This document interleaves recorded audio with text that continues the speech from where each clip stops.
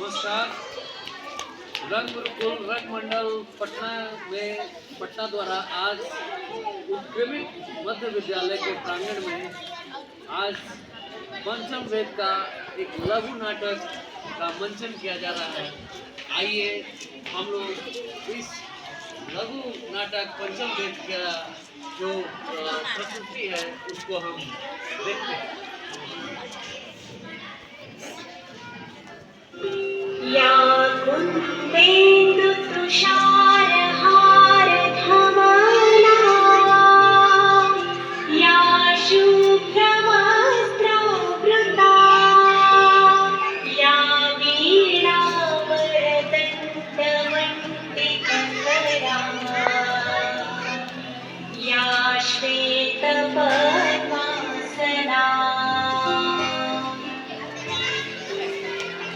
या ब्रह्माच्युतशङ्कर प्रकृतिः देवैः सदा वन्दिता सा मां पातु सरस्वती भगवती निःशेषजाड्यापहा।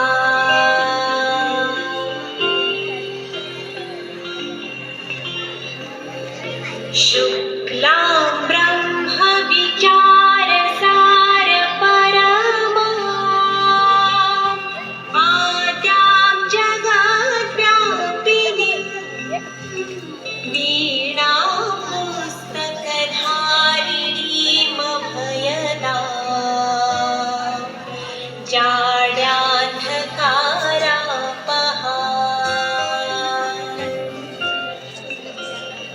हस्ते स्फाटिकमालिकां विदधतीं पद्मासने संस्थिता वन्दे तां परमेश्वरीं भगवतीं बुद्धिप्रदां शारदाम्।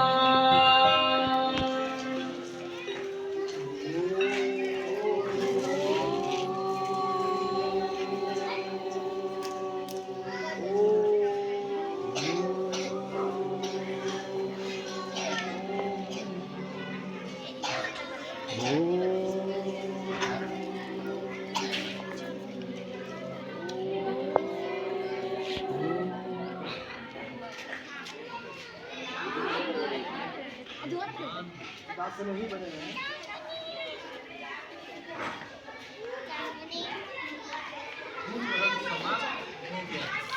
चलो अब जो कुछ सीखा उसका अभ्यास करो। यह नवीन प्रयोग इसमें तनिक भी चूक नहीं होनी चाहिए। सदा स्नेही बने कहे ऋषिमान। किस प्रयोजन से आना हुआ? हे मुनिवर, जब से आपने नाट्य साहित्य की रचना की है, हमारे हृदय में कई प्रकार के प्रश्न उठे हैं। हम उसी के उत्तर के लिए आपके पास आए हैं। पूछे, संकोच पूछे। गुरुदेव, नाट्य शास्त्र की उत्पत्ति कैसे हुई, इसका उद्देश्य क्या है? आपने बहुत अच्छा प्रश्न किया है। यह प्रश्न केवल नाटक को ही नहीं बल्कि जीवन के सार को समझने का माध्यम है। जब त्रेता युग में मनुष्य काम, क्रोध और लोभ से वशीभूत होकर अधर्म और संघर्ष की ओर आगे बढ़ने लगा, तब इंद्र ने ब्रह्मा जी से प्रार्थना की कि कोई ऐसा समाधान हो जिसमें देखना और सुनना साथ हो, जिससे मनुष्य धर्म, अर्थ, काम और मोक्ष के मार्ग पर लौट सके। उसी के लिए ब्रह्मा जगत पिता ने नाट्य वेद की उत्पत्ति की, जिसके प्रयोग का शास्त्र नाट्य शास्त्र। लेकिन गुरुदेव, वेद तो ज्ञान का भंडार है। जगत वेद देव के पूछने के लिए प्रयास करने के लिए नया वेद किया। इसलिए कि यह समस्त जन के लिए सुलभ है। सामान्य जन को नाटक के माध्यम से शिक्षा के मार्ग पर, धर्म के मार्ग पर ले जा सके। इसी मंगल उद्देश्य के साथ ब्रह्मा जी ने 4 वेदों को मिलाकर नाट्य वेद की रचना की। इसी 4 तो वेद क्या है गुरुदेव? नाटक में ये जो पाठ सुन रहे हैं आप, ब्रह्मा जी ने इसे ऋग्वेद से लिया। इस सुंदर ज्ञान का आधार सामवेद है। ऋग्वेद, यजुर्वेद से अभिनय और अथर्ववेद से रस लिया गया है। चारों वेदों के अंगों को लेकर नाट्य शास्त्र की उत्पत्ति हुई है। क्या नाटक केवल देवताओं के लिए बनाया गया है? नहीं नहीं, यही संशय दानवों ने ब्रह्मा के सामने रखा था। तब ब्रह्मा जी ने उत्तर दिया कि ये नाट्य शास्त्र तो सबके लिए है, देवताओं के लिए, दानवों के लिए, मनुष्यों के समस्त शुभ अशुभ कर्मों को दिखाने वाला है। इस शास्त्र में तो त्रिलोक के अनुकीर्तन है। नाटक तो दुख से, थकावट से तथा शोक से पीड़ित लोगों को विश्राम देने वाला है। इसमें तो समस्त रस, समस्त भाव, समस्त शिल्पों और कार्यों का समावेश है। ऐसा कोई ज्ञान नहीं, ऐसा कोई कार्य नहीं है जो नाट्य में न दिखे। अद्भुत। समस्त सृष्टि का समावेश लौकिक और अलौकिक भी बहुधर्मी सारे प्राणियों के भावों की प्रतिनिधि कला है। अवश्य। हाँ ऋषिगण, नाट्य को समस्त कलाओं का उद्गम कहा गया है, या फिर ये कह सकते हैं कि यह समस्त कलाओं का समागम है।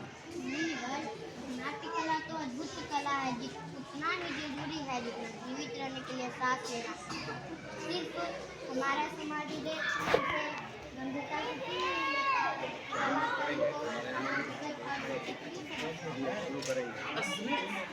हम तो कलाकार के नीति के नियंता नहीं, कला कर्म करना हमारा धर्म है।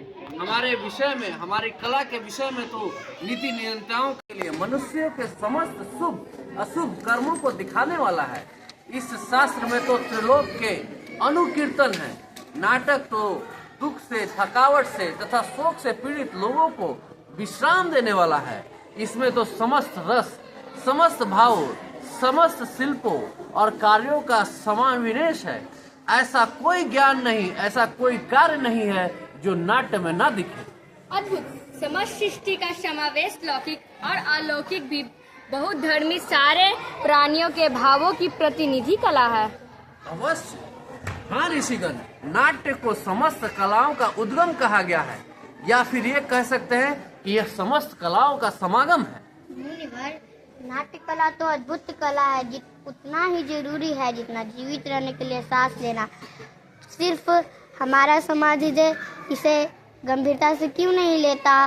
कला कर्म को अनावश्यक और अपेक्षित क्यों समझता है? स्नेह, हम तो कलाकार के नीति के नियंता नहीं, कला कर्म करना हमारा धर्म है। हमारे विषय में, हमारी कला के विषय में तो नीति नियंताओं का विचार करना होगा। प्रयोग के साधन और अवसर उपलब्ध कराने होंगे। नाटक केवल कला नहीं, यह समाज का दर्पण है। यह मानवता को सत्य के मार्ग पर ले जाने का साधन है। रंगमंच जाति, धर्म, भौगोलिक सीमाओं से परे जाकर समझा जा सकता है। मानवीयता की बात करता है। आज भी रंगमंच समाज के विषम परिस्थितियों को दूर करने में समाज को समता का भाव लेकर आता है। ये भाव निसंदेह धरती को स्वर्ग बना सकता है।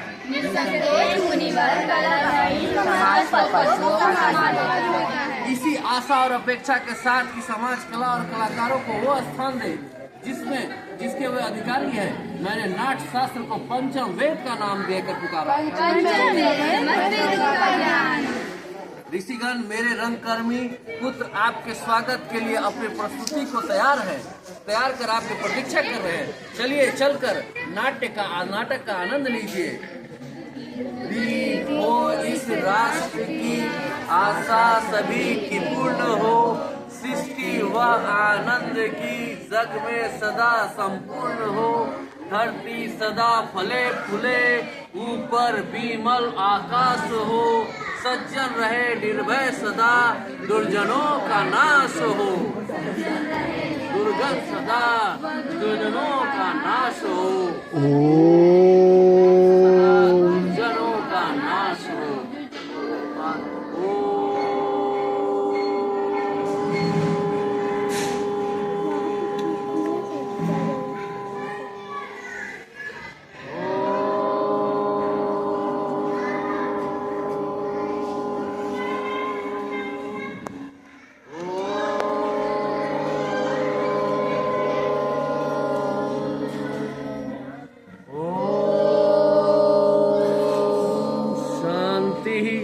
शांति। ओम शांति शांति शांति।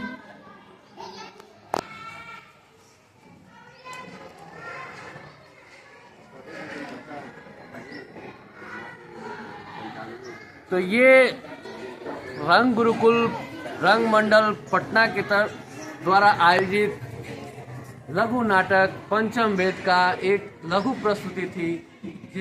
ये उत्क्रमित मध्य विद्यालय के प्रांगण में, शेखपुरा के प्रांगण में इसको आयोजित किया गया। अब मैं उत्क्रमित मध्य विद्यालय के प्रधानाचार्य श्री विनय कुमार सर को आमंत्रित करूंगा कि वो अपने चंद शब्दों द्वारा हम लोगों को अनुग्रहित करें, हम लोगों को आशीर्वचन प्रदान करें। सर, आपका स्वागत है। थैंक यू, बहुत बहुत धन्यवाद दीपक जी।